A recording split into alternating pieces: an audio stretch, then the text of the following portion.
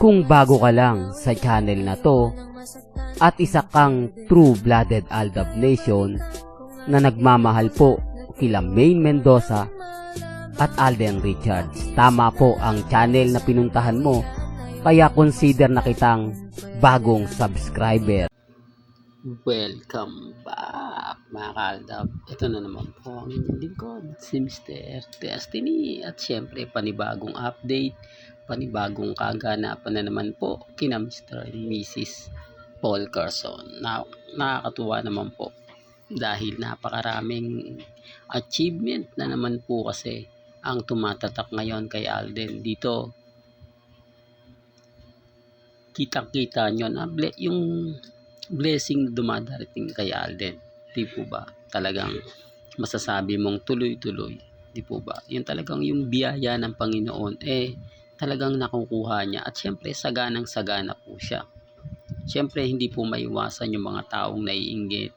Yung mga taong kumbaga nagtatanong, bakit si Alden? Anong meron si Alden na wala ako? Anong meron si Alden? Bakit siya yung laging pinupuntahan, siya yung laging priority, samantalang dati ganito ganyan, ako yung sikat, ako yung pinag-uusapan. Yan ang mga ito yung mga isa sa rason at dahilan kung bakit may mga taong naiinggit kay Alden. Normal lang po yun mga kaalda. Sabi ko nga po sa inyo, kapwa showbiz niya o nasa GMA network din po yung mga taong may hidden, kumbaga may tampo, may yung tipong kumbaga inggit pagdating kay Alden. Hindi, totoo naman po Kaya imposible po mga kaaldab na gumagawa si Alden ng mga bagay-bagay na yung iba nagre-react, yung iba nagko-komento. Hindi po.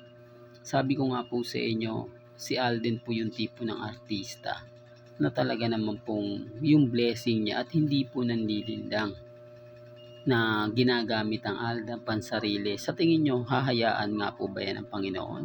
Siyempre hindi. Di po ba? Pababagsakin ka pa, kumbaga dahil sa mga pinagagawa mo. Hindi, sinasabi ko lang po ito yung opinion ko mga kaldaga. Kaya nga sabi ko sa inyo, kung gusto nyo lang ng update, marami po tayo dyan. Lalong-lalo na nga po kay Mrs. Paul Carson. Binabatikos tayo ng mga army main fanatics na wala daw po si Mengay sa South Korea para manood nga po ng Mission Impossible. Lagi ko naman sinasabi na wala naman pong pilitan. Si Mengay, pag umalis po yan ng ibang bansa, hindi na nga po yan nakikita sa airport. Alam po ng mga main fanatics yan. Alam po ng mga malalapit kuno kay Mengay yan. Pero yung iba, hindi naman po nila yan alam. Sila pang hapon nagre-react mga kaaldab na imposible naman pong hindi makilala si Maine Paul Carson sa airport sa NAIA. Dahil alam naman po natin na 24 oras na maraming tao dyan. Andun na tayo. Pero bakit ganon mga kaaldab? Kapag ako nagsasabi na pupunta si Mengay sa South Korea, pupunta ng ibang bansa na naandun si Alden, hindi po sila nagre-react. Agad-agad po sila nagre-react. Agad-agad po silang nagpo-post na walang katotohanan. Pero bakit ganon?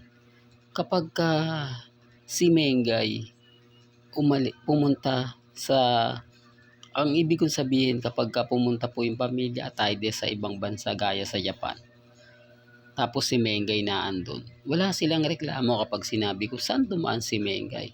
Bakit maraming hindi nakapansin?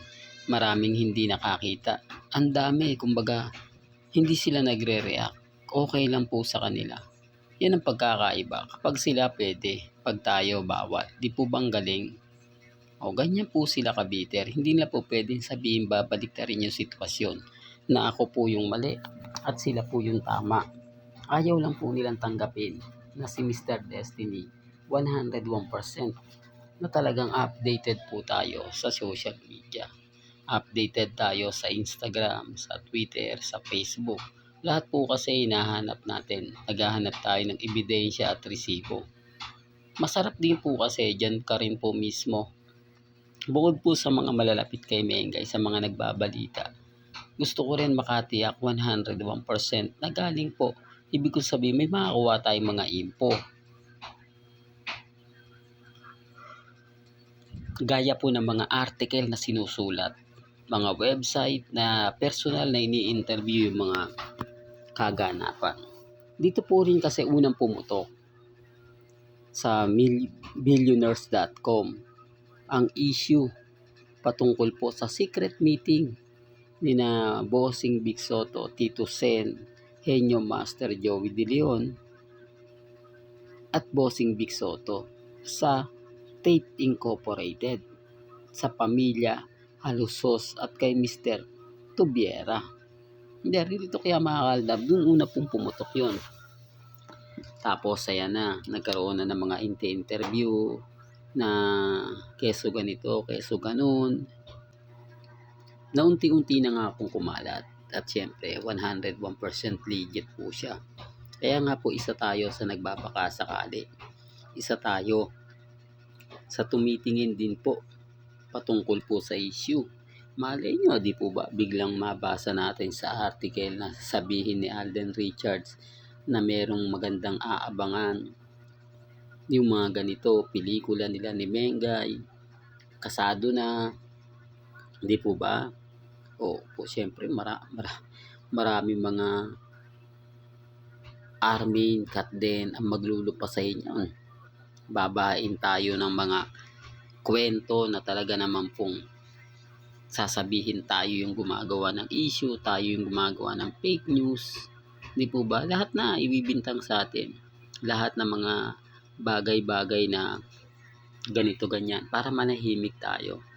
Kaya ang sabi ko sa inyo mga kaaldab, napakarami pong update na tinututukan si Mr. Destiny. At syempre, nakapokus lang naman po tayo sa Aldab. Hindi naman po tayo katulad ng ibang mga vlogger na umalis na sa Aldab.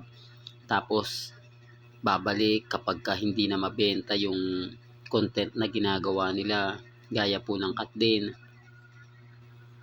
Nung nawala rin sila. Balik sila sa mga ganto ganyan. Ito yung literal na nanggagamit. Ito yung literal na gusto lang maging trending sila lagi, maging viral. Ito yung pagkakaiba ni Mr. Destiny. Kasi hindi ako nagbago. Bumagsak man ang Aldab, nanatili po akong Aldab.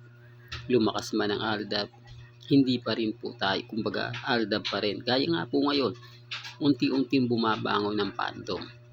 Unti-unti pong nagpaparamdam sina Mengay at Tisoy. Unti-unti rin nagpaparamdam yung mga fake vlogger na nagbibigay kuno ng mga update. Sabi ko nga po sa inyo mga kaaldab, tignan nyo kung sino yung nagsasabi ng totoo. Pansinin nyo yung mga taong nanggagamit lang para pansariling interes. Kaya hindi nila pwedeng sabihin yung channel ni Mr. Destiny gumagawa lang ng issue. Di po ba? Hindi, real talk to mga kaaldab. Kaya ang sabi ko sa mga mami, sa mga tita, sa mga senyor, maging relax lang po kayo, maging kampante, maging matatag. Malay nyo, di po ba bukas sa makalawa, tayo na po yung trending at pinag-uusapan. Hanggang dito na lang po ang ating latest updates. Kaya kung gusto nyo pa po ng pinaka-latest at sariwang update, abay tumutok lang po kayo dito po sa channel ni Mr. Destiny para updated po kayo sa mga bago at sa mga latest na i-upload po natin maya-maya lang. Hanggang sa muli, salamat po sa panonood at pakikinig.